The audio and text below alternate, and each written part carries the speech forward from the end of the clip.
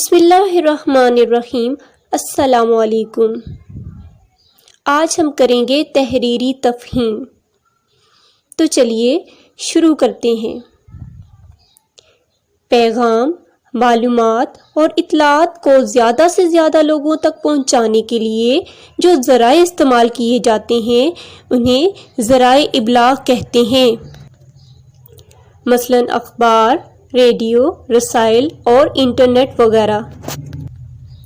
یہ ذرائع لوگوں کو اطلاعات و معلومات پہنچانے کا کام کرتے ہیں۔ ان کی بدولت تعلیم و تفریح اور دیگر معلومات بھی حاصل ہوتی ہیں۔ کسی بھی ملک کے ذرائع ابلاغ اس کی ترقی میں اہم کردار ادا کرتے ہیں۔ ملک کی معاشی، معاشرتی اور سیاسی صورتحال کا اندازہ بھی ذرائع ابلاغ سے لگایا جاتا ہے۔ ذرائع ابلاغ کی دو اقسام ہیں۔ Number 1 print media, number 2 electronic media. ایسے ذرائع ابلاغ جو معلومات اور اطلاعات کو شائع کر کے لوگوں تک پہنچاتے ہیں پرنٹ میڈیا کہلاتے ہیں، جیسے اخبار، رسائل اور جریدے وغیرہ۔ ایسے ذرائع ابلاغ جو برقی لہروں کی مدد سے اطلاعات لوگوں تک پہنچاتے ہیں، برقی لہریں جیسے کہ یہ انٹرنیٹ وغیرہ، ٹھیک ہے، الیکٹرانک میڈیا کہلاتے ہیں۔ پاکستان میں الیکٹرانک میڈیا کے ذرائع ریڈیو، ٹیلی ویژن اور انٹرنیٹ وغیرہ ہیں، ٹھیک ہے۔ تو یہ مثالیں ہیں برقی لہروں کے ذریعے پیغامات پہنچانے کی۔ ہمارے پاس سوالات ہیں۔ ذرائع ابلاغ کسے کہتے ہیں؟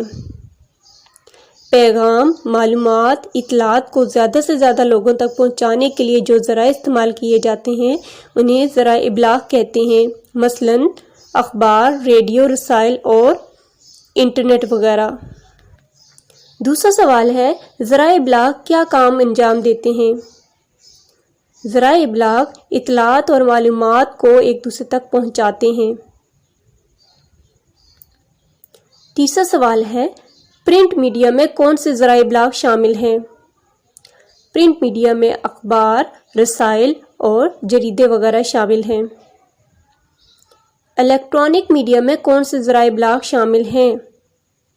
الیکٹرانک میڈیا میں ریڈیو، ٹیلی ویژن اور انٹرنیٹ وغیرہ شامل ہیں۔